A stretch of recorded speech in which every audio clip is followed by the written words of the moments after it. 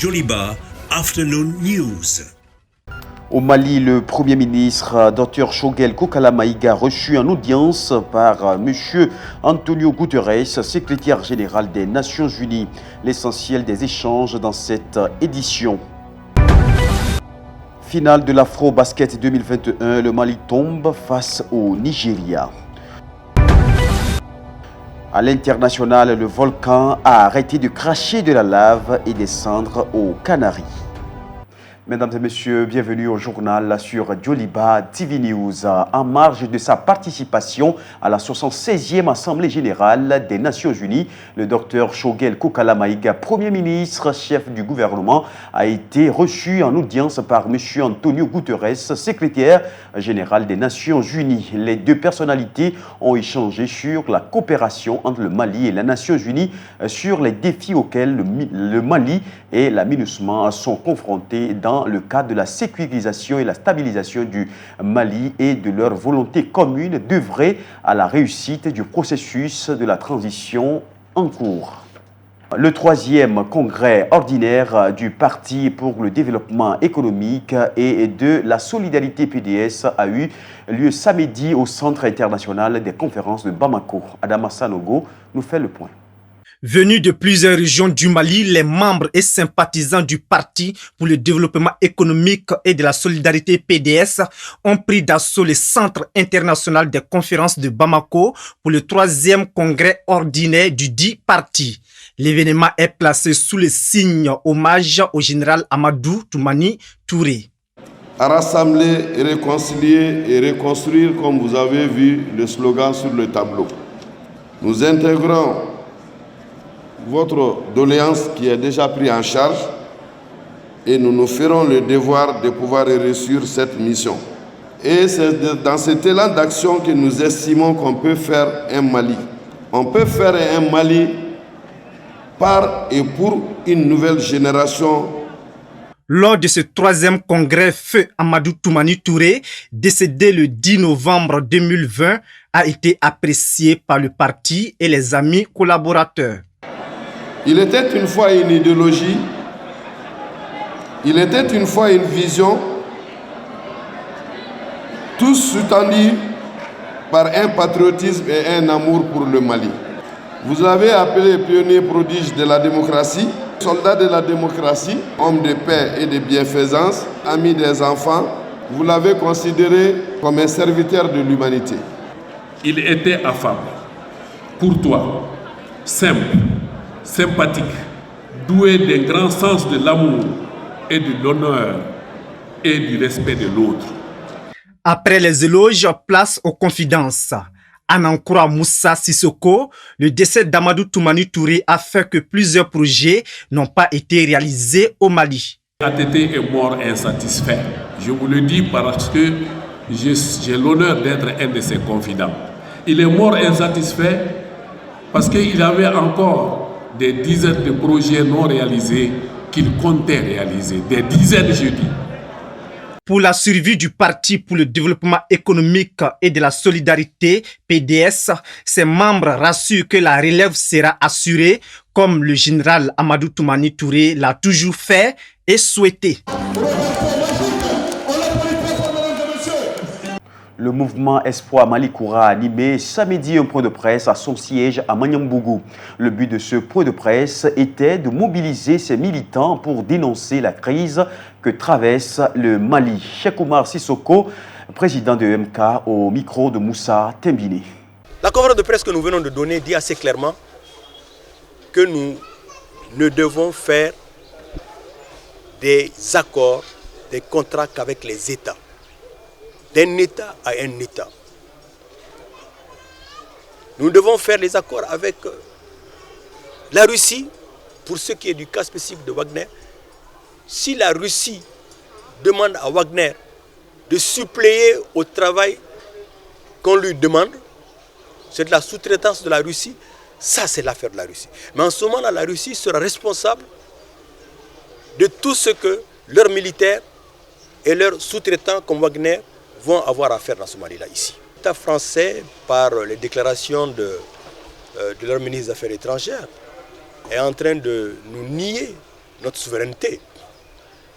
Ce n'est pas à l'État français de décider à notre place avec qui nous devons traiter. C'est Le Drian. Le Drian, n'oublions pas qu'en 2013, il a dit ceci. Tenez-le vous pour dit, les Touaregs sont nos amis aujourd'hui, les Touaregs sont nos amis demain. Les Touaregs sont nos amis pour toujours. Les richesses, les potentialités du Mali aujourd'hui sont importantes pour un pays comme la France qui a 2700 milliards de dettes de capital financier. Les banques et les multinationales. La France a la corde au cou. Les étudiants de l'École supérieure de journalisme et des sciences de la communication de Bamako ont célébré samedi 24 septembre la 3e édition de la journée de l'étudiant en journalisme. La cérémonie était présidée par le professeur Alassane Diakité, directeur général de l'ESJSC, Aïssata Traoré, Bakoroba, Niaré. Pour cette 3e édition de la journée de l'étudiant en journalisme, le thème retenu est jeunesse et journalisme, comment relever les défis du professionnalisme au Mali. Le directeur de l'établissement est revenu sur l'importance et la pertinence du choix de ce thème. Sa pertinence réside dans le fait qu'en réalité, une école de journalisme ne peut pas produire, mettre sur le marché des produits qui ne sont pas dans la perspective de la professionnalisation. Par essence, une école de journalisme est une école professionnelle. Notre objectif est que lorsque nos étudiants sortent d'ici, qu'ils n'aillent pas encore apprendre dans la profession. Le professeur Alassane Diakité s'est dit satisfait et fonde beaucoup d'espoir sur ces étudiants qui ont déjà démontré leur volonté d'apprendre avec l'initiation et l'organisation de cette journée de l'étudiant. Toutefois, il les exhorte à plus d'engagement. C'est vraiment qu'ils gardent la tête sur les épaules. Vous savez, on voit déjà les résultats. Certains d'entre eux, parmi eux, sont déjà en situation d'emploi, pratiquement. Les premiers sont presque en situation d'emploi.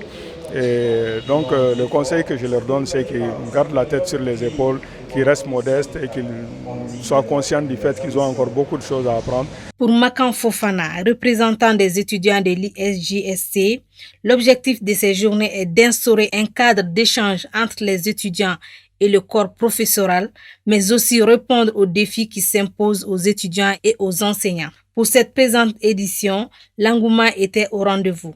L'événement a de plus en plus d'ampleur parce que nous recevons non seulement des invités de marque à l'école ici, mais surtout en termes de partage d'expérience, on ne peut pas tout apprendre en classe ici. Et surtout, il y a des invités qui viendront de l'extérieur, donc ils vont partager des expériences différentes de nos enseignants. Donc c'est très important. La 3e édition, cette fois-ci, donc il y a eu beaucoup d'améliorations. Conférences, débats et projections de reportages sur les thèmes, prestations artistiques, remises de prix et défilés en tenue traditionnelle étaient les temps forts de cette 3e édition de la journée de l'étudiant en journalisme. L'Association pour le renouveau, le développement durable et la culture ARDDC a fait un don samedi 25 septembre aux déplacés de Mondoro et Boukelsi. La remise de dons a eu lieu à Kalabankoro Chikoro en présence du sous-préfet et des notables de la localité. Moussa Tembine pour les détails. Du riz, du sucre, de l'huile, des sardines, des habits, des chaussures et des ustensiles de cuisine et des nattes plastiques sont entre autres dons en direction des déplacés de Boulkessi et de Mondoro. L'initiative est de l'Association pour le renouveau, le développement durable et la culture, ARDDC, en partenariat avec la Synergie pour l'assistance de l'enfance au Sahel, SAES. Ça, c'est quelque chose qui est salutaire par rapport à tout ce qui a été fait sur le matin devant nous. On a vu que les Maliens sont en train de se réconcilier, de se donner la main, d'avoir pitié l'un de l'autre. Donc c'est pour cette raison qu'on est là et on veut que ce pays-là soit comme ça, comme avant. Quant au porte-parole des récipiendaires, il s'est dit ravi de recevoir ces dons. Lance toutefois un appel à des personnes de bonne volonté pour que leurs enfants retrouvent le chemin de l'école. Depuis notre arrivée, nous recevons beaucoup de soutien et d'aide de la population. Mais maintenant, nous lançons un appel aux bonnes volontés pour qu'ils puissent nous aider à ce que nos enfants puissent aller à l'école et sortir de la rue.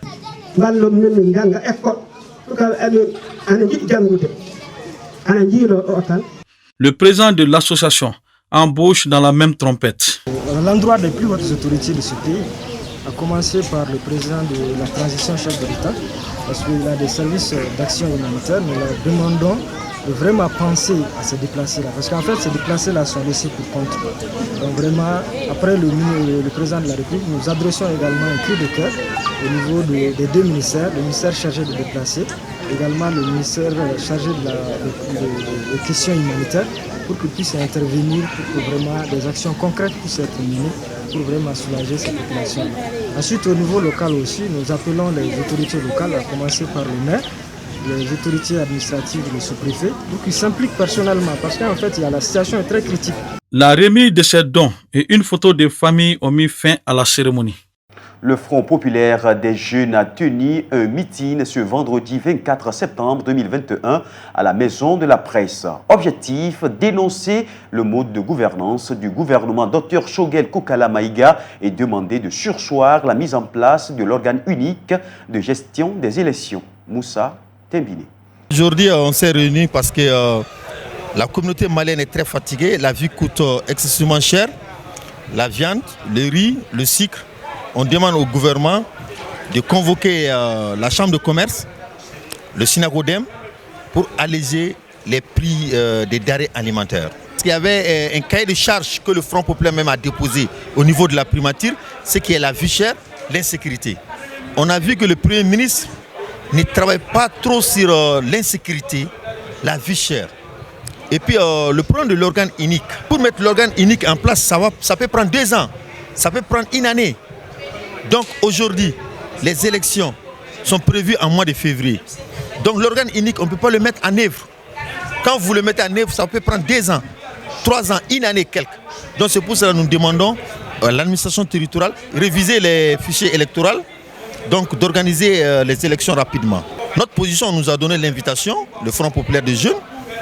Donc aujourd'hui, on n'a pas participé, mais demain, ce qui est dans notre tête, on va aller à l'assise, dire nos doléances à l'assise.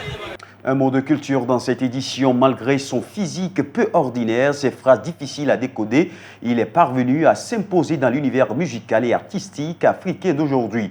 On le surnomme l'ambassadeur de la Guinée. Sa réussite est un exemple de persévérance. Vous l'avez peut-être deviné, il s'agit de l'artiste Grand P. De passage à Bamako, notre reporter Aruna Salia Kone l'a rencontré. Il nous propose son portrait.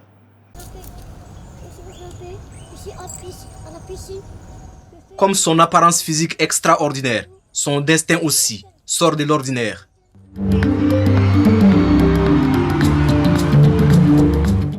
Lui, c'est Moussa Kaba, alias Grand P, artiste-chanteur. Il nous vient de la Guinée. Il souffre du progéria, une maladie génétique rare qui provoque un vieillissement précoce et accéléré. Malgré son handicap, le trentenaire est le premier artiste guinéen à avoir 4 millions de followers sur Facebook. Sa popularité a dépassé les frontières de son pays.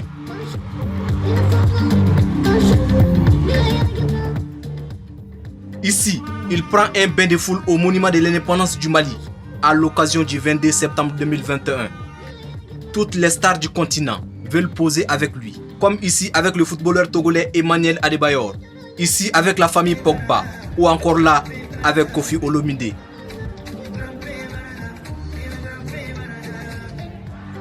Pourtant, rien ne lui prédestinait à une telle popularité.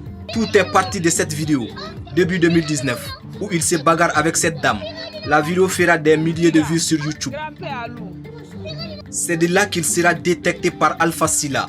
Il va le manager et le propulser. Lors de sa première sortie sous-régionale, il sera adopté par les artistes maliens comme Sankaré et Sidiki Diabaté. Le phénomène Grand P est ainsi né et prend son envol. C'est pourquoi l'artiste tient beaucoup à Bamako. Je vais jusqu'à 3 fois. Bamako, c'était chez moi maintenant. C'est ça. Grand P, c'est aussi une histoire d'amour avec la chanteuse ivoirienne Edoxy Yao. Leur couple mal assorti sur tout point de vue étonne et fait polémique. Sa bien-aimée ne l'entend pas de cette oreille. Les gens veulent savoir, est-ce que en fait, c'est la réalité de votre relation? Bien sûr, c'est une réalité, ça dure déjà 2 ans, depuis 2019. Ça dure déjà 2 ans. Mais dans votre cas, est-ce que vous avez le regard des gens? Est-ce que les gens vous regardent bizarrement dans votre couple, le couple Grampé et Doxy? Oh, pas bizarrement, mais notre couple là, étonne les gens. Comme je suis imposante et lui, il est... Vous comprenez? Donc voilà, ça étonne les gens. Les gens se disent que moi, il ne peut pas sortir avec lui, qu'il ne peut pas. Donc ça attire beaucoup de polémiques, mais moi, je me dis que rien n'est impossible. L'ambassadeur Grampé ne cache pas son amour pour Eudoxie. Il envisage même le mariage. Comment vous aimez? Est-ce que vous aimez Eudoxie? Oui, bien sûr. Non, moi, j'aime pour le mariage. Mariage. Si c'est pas l'amour, moi, je veux mariage. Avec Eudoxie? Voilà. Quand est-ce que vous allez vous marier? Moi, je ne sais pas d'abord. Au-delà de son métier d'artiste, Grampé est un modèle de réussite et de persévérance qui doit servir d'exemple pour les personnes atteintes de handicap, même pour ceux qui sont valides. Aujourd'hui, Grampé est une icône de l'Afrique, de la musique africaine. Aujourd'hui, il est célèbre. Aujourd'hui, il donne trop de visibilité. Grampé est le symbole de la solidarité en Afrique. Ce n'est pas que les handicapés, hein, tout le monde doit avoir confiance en sa personne et se dire que demain sera rose parce qu'on ne doit jamais baisser les bras. C'est seul Dieu qui peut décider de notre avenir. Grampé c'est la star mondiale aujourd'hui. Hein. Donc Grampé, c'est la fierté de l'équipe nationale, c'est la fierté de la Guinée aujourd'hui, rouge, jaune, vert. Donc vous savez comme il est. Donc tout ce qu'on peut le souhaiter, c'est de l'encourager pour que aussi d'autres aussi qui soient comme Grampé. Oui, c'est un exemple vivant parce qu'à travers Grampé, il y a beaucoup comme lui qui sont handicapés comme lui qui ont commencé à avoir confiance en eux. Donc je pense que c'est vraiment très positif. De l'obscurité à la lumière, de l'anonymat à la popularité, l'histoire de Grampé nous enseigne les vertus de la persévérance et l'importance de garder l'espoir dans cette vie qui est pleine de surprises.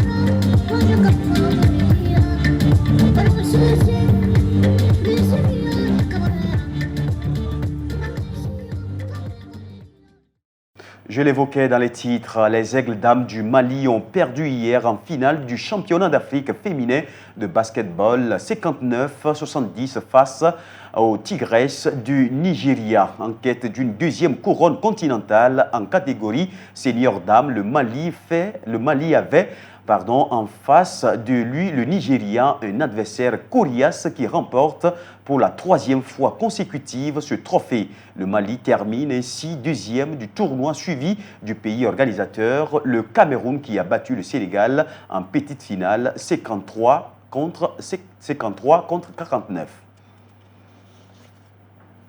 L'image du jour à présent s'est consacrée à la colombe de la paix au Togo.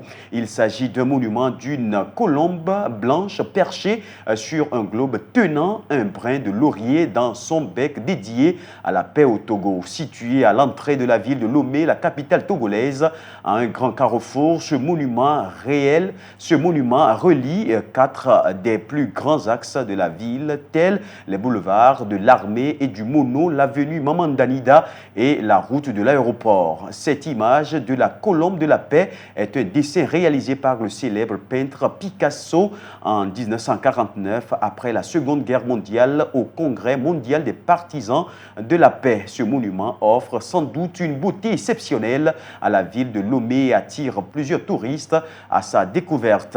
Aussi, pour beaucoup de Togolais, cette colombe représente non seulement la paix dont jouit le pays, mais elle serait également le signe de la pureté ou de la présence de l'Esprit Saint, voire la main de Dieu sur le pays si l'on s'en tient à Matthieu 3, verset 16 de la Sainte Bible, mais nul ne se doute de ce que représente ou le rôle que joue ce monument sur la terre de nos aïeux.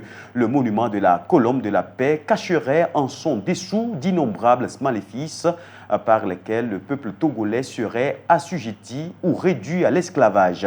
Selon des anciens, plusieurs vies humaines auraient été sacrifiées, dont des femmes enceintes, pour asseoir la fondation, puis la construction de ce monument dont la plupart ignorent la fonction. Suivons à présent l'actualité internationale avec Fanta Diarra.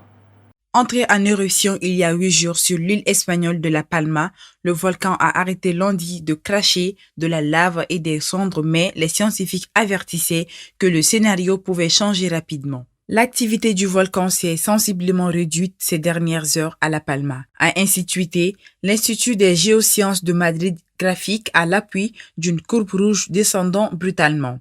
Mais il faut rester très attentif à son évolution car le scénario peut changer très rapidement, a-t-il ajouté. Nous verrons comment cela évolue dans les prochaines heures. Le tremblement volcanique a presque disparu, tout comme l'activité explosive strombolienne, type d'activité volcanique alternant éruption de lave et projection explosive est nommé ainsi en référence au volcan de l'île de Stromboli dans le sud de l'Italie, a également indiqué l'Institut volcanologique des Canaries sur le même réseau social. Ici, les images du volcan montraient un flux orange flamboyant expulsé par le volcan. Dans la nuit de dimanche à lundi, les habitants de plusieurs quartiers d'une commune de l'île ont été confinés en raison des craintes d'émanation de gaz toxiques qui pourraient provoquer l'arrivée de la mer de la lave, qui s'est située à moins 2 km de la côte dimanche soir. À Singapour, de nouveaux robots de livraison aident les résidents vivant à proximité d'un centre commercial à ramener leurs courses à la maison et à faire livrer des aliments et des colis. Après avoir fait leurs courses, les résidents peuvent apporter leurs achats à un point de collecte dans le centre commercial et programmer la livraison. Un robot Camelo, développé par l'entreprise technologique Otsao, apportera les articles dans le hall de l'ascenseur du résident à l'heure convenue. Et l'utilisateur pourra scanner un code QR pour ouvrir le compartiment. Environ 700 ménages d'un lotissement Punggol peuvent utiliser ce service dans le cadre d'un essai d'1 an. Les 2 robots pèsent 80 kg, chacun se déplace à une vitesse maximale de 5 km par heure. Ils seront accompagnés d'un agent de sécurité pendant la période d'essai. High-Tech Singapore a également utilisé des robots pour diffuser des messages sur la distance sociale dans les parcs et déployer des robots de nettoyage dans les centres commerciaux et à l'aéroport. Saïd Mounir Al-Sagouf, ingénieur chez Otsao, se prononce. Vous pouvez donc déposer votre colis à Oasis Terrace et programmer l'heure à laquelle vous souhaitez que votre colis soit livré ou que vos marchandises soient livrées. Par exemple, pour des courses, puis vous pouvez attendre dans votre salle. À l'heure précise que vous avez indiquée, vous descendrez simplement et verrez vos courses et vos marchandises. Ainsi, tous vos biens et colis, même vos produits d'épicerie qui vous sont livrés. Vous pouvez être rassuré qu'ils sont désinfectés par ces modules LED UVC. Ça s'allume pendant 5 minutes, puis s'éteint pendant 5 minutes. Il vous suffit de 5 minutes pour que vos marchandises soient désinfectées. En somme, ce robot sera utile pour les Singapouriens.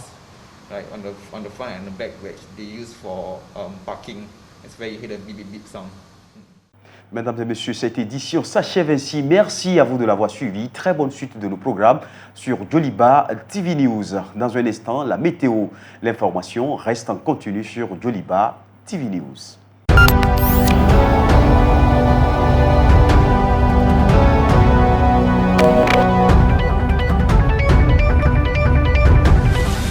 Joliba Afternoon News.